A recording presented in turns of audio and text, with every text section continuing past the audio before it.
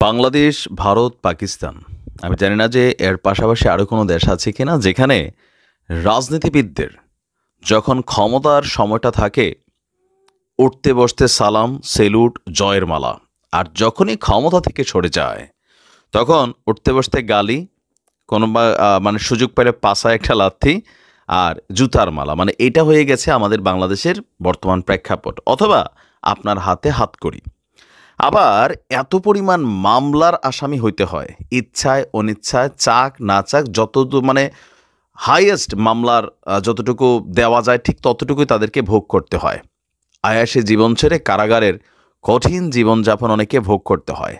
তো এই পরিস্থিতিগুলোকে হজম করার জন্য একটা জিনিস লাগে, যারা সাহসী রাজনীতিবিদ তারা ঘাবড়ান না বা ভয় পান না। কিন্তু আবার যারা নতুন অথবা পৈতৃক সূত্রে অনেকে আছে যে তার সংসদীয় পোস্টটা পেয়ে গেছেন, তারা কিন্তু মাঠের রাজনীতি না করে ওঠা আসার কারণে এই সকল সিচুয়েশনে ঘাবড়ায় যান, ভয় পান। তো বাংলাদেশে আমরা বিভিন্ন সময় দেখেছি, অতীতেও এগুলো চলমান একটা প্রক্রিয়া, যে আপনাকে যখন গ্রেপ্তার করা হয় তো রিমান্ডে নানান স্বীকারোক্তি দেয়, আদালতেও নানান বক্তব্য দেয়। আবার সরকার পরিবর্তনের পর দেখা গেছে সব পানির মতন ঝইরা যায়। আবার বলা হয় তখন এগুলো ষড়যন্ত্র ছিল, বা রিমান্ডে অন্যায়ভাবে বা ভয় টয় দেখাইয়া জীবন বাঁচানোর জন্য তারা নানান স্বীকারোক্তি দিচ্ছে। আমরা এতগুলো কথা বলছি এই মুহূর্তে জুলাই আগস্ট অভ্যুত্থানে যেই ব্যক্তিরা সবচেয়ে বেশি আলোচিত ছিলেন শেখ হাসিনার পর, তিনি হচ্ছেন জুনায়েদ আহমেদ পলক। অল্প বয়সেই তিনি এমপির পোস্টটা পেয়েছেন। আর সেই জায়গা থেকে যে রাজনীতির মানে কঠিন ক্রান্তিকাল, এটা আসলে তিনি দেখেন নাই।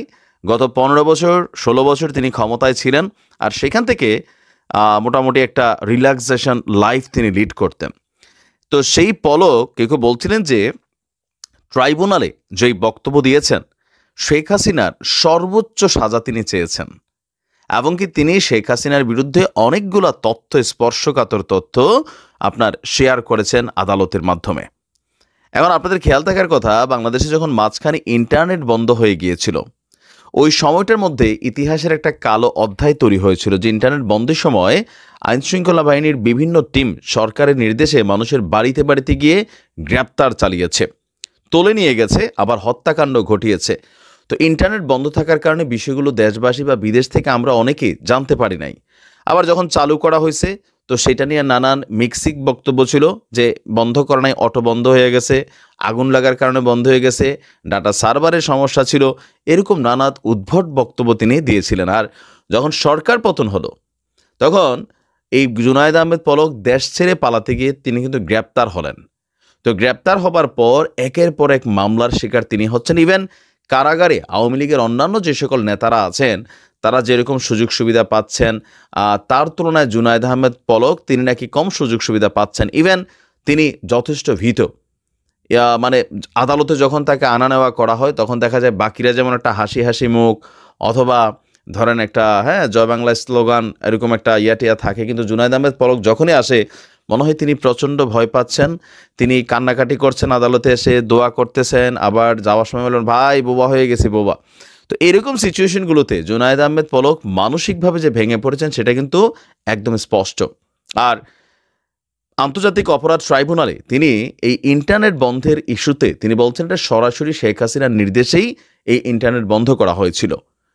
আর তিনি আদালতে নাকি এটাও চাইছেন যে শেখ হাসিনার যেন সর্বোচ্চ শাস্তি হয়, তিনি দাবি করেছেন। এখন এই বক্তব্যগুলো আমরা যখন মিডিয়ার বরাতে শুনছি, গত 4 মাস আগেও এই মিডিয়ার প্রতি মানুষের কোনো রকম আস্থা ছিল না, হাহারি একট হতো। এখন আবার পরিবর্তনের ছোঁয়ায় আওয়ামী লীগের নেতাকর্মীরা হাহারি এক দেয়। আগে মিডিয়াতে যে কোনো নিউজ আসতো, যখন ডিবি হারুন বলতো মাওলানা মামুনুল হক এই সাক্ষ্য দিছে, আদালতে এই জবানবন্দি দিছে, বাহিরের জনগণ বিএনপি জামাতের যারা ছিল সবাই হাহারি এক দিত। তো এখন হয় কি, যখন আদালত থেকে কোনো বক্তব্য আসে, পুলিশের কোনো বক্তব্য আসে, তখন আওয়ামী লীগের নেতাকর্মীরা হাহারি এক দেয়। এটার একটাই কারণ যে মানুষের মধ্যে বিশ্বাস উঠে গেছে। কারণ এখন পরিবর্তিত ব্যবস্থায় হয় কি, তারেক রহমানের যত মামলা আছে খালাস, বিএনপির যত বড় বড় নেতা আছে সবার মামলা খালাস, এখন খালি আওয়ামী লীগের নামে মামলা মামলা মামলা। আবার দেখা গেল 10 বছর পর যদি আওয়ামী লীগ ক্ষমতায় আসার সুযোগ হয়, যে আজকের দিনে যা দেখতেছেন মামলা সব খালাস হইয়া উল্টা এই বিচারক যারা আছেন, পুলিশের অফিসার যারা আছেন, বিএনপির রাজনৈতিক নেতা যারা আছেন, সবাই মামলার আসামি হবে। কারণ এই যুগে এসা অনেক বিচারককে অব্যাহতি দেওয়া হয়েছে, পুলিশ অফিসারদেরকে বিভিন্ন জায়গায় ট্রেনিং অবস্থা থেকে সরাই দেওয়া হয়েছে। তো এটা চলমান একটা প্রক্রিয়া। কিন্তু পলক সাহেব যে বক্তব্য দিয়েছেন আন্তর্জাতিক অপরাধ ট্রাইব্যুনালে, এতে শেখ হাসিনার গলার কাটা হয়ে কিন্তু তিনি দাঁড়িয়েছেন।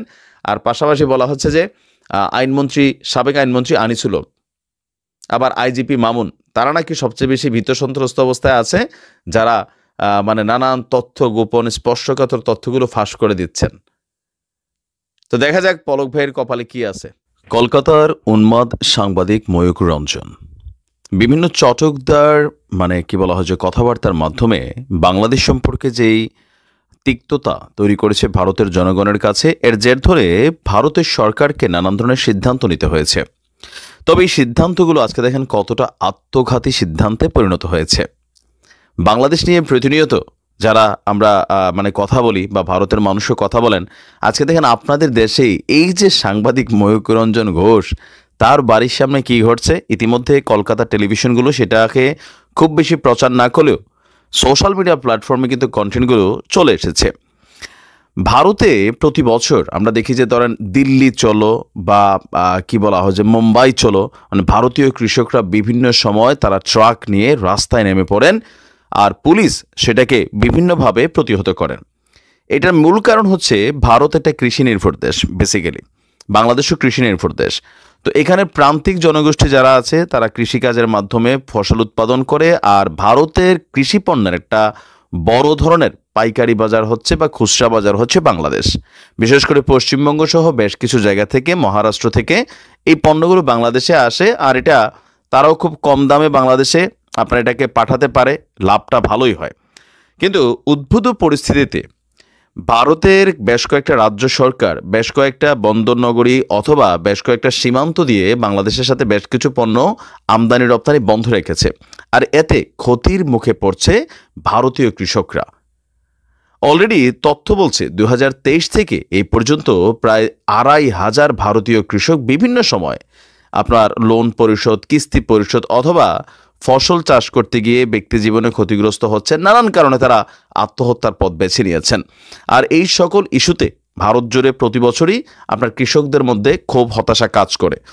এই যখন অবস্থা, তখন এই যে আরেকটা মার্কেট বাংলাদেশ তাদের হাতছাড়া হয়ে যাচ্ছে, এতে বিক্ষুব্ধ হয়েছেন ভারতীয় কৃষকরা। তারা মনে করছেন যে ময়ূক রঞ্জন সেই ব্যক্তি যে ভারত এবং মানে পশ্চিমবঙ্গ এবং বাংলাদেশের মধ্যে একটা বিভাজন সৃষ্টির অপচেষ্টা চালিয়েছে, এবং তার কারণে হিলি বন্দর দিয়ে যে আলু রপ্তানি বন্ধ হয়েছে, সেই আলু রপ্তানি বন্ধ হওয়ার ফলে ভারতীয় বাজারে বা পশ্চিমবঙ্গ বাজারে তাদের এই আলুগুলো, যেটা বাংলাদেশে তারা 10 টাকা, 12 টাকা, 18 টাকা পর্যন্ত তারা বিক্রি করত, ভারত তাদের নিজস্ব বাজারে কৃষকরা 2.5 থেকে 3 টাকার বেশি দাম পাচ্ছেন না। এখন এই স্বল্প দামের কারণে তারা তাদের যে ফসলের খরচ সেটাকে কিন্তু উঠাতে পারছেন। আর এই সকল বিভিন্ন ইস্যু নিয়ে আজকে ময়ূক রঞ্জনের বাড়ি ঘেরাও করেছে স্থানীয় কৃষকরা।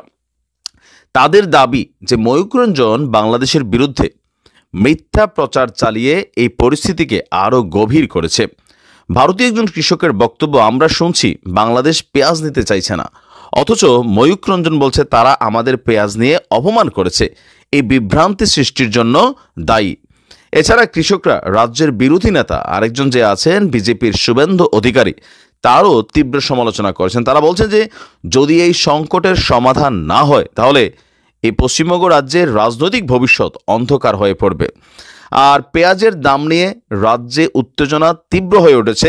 কৃষকরা রাস্তায় আলু এবং পেঁয়াজ ফেলে তাদের ক্ষোভ প্রকাশ করছেন। তাদের অভিযোগ, কেউই আমাদের কষ্টগুলোকে বুঝতে চায় না।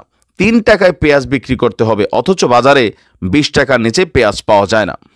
তো এখানে নানান বক্তব্য আসছে যে তার বাড়ির সামনের যে রাস্তা, সেখানে স্থানীয় কৃষকরা আলু এবং পেঁয়াজ ফেলে প্রতিবাদ করছে। আমি বরাবরই বলি যে রাজনীতিবিদ এবং কিছু হলুদ মিডিয়া, তারা তাদের নিউজ কাটতির জন্য, পাশাপাশি রাজনীতিবিদরা রাজনীতি করার জন্য জনগণকে মাঝে মাঝে উস্কে দেয়।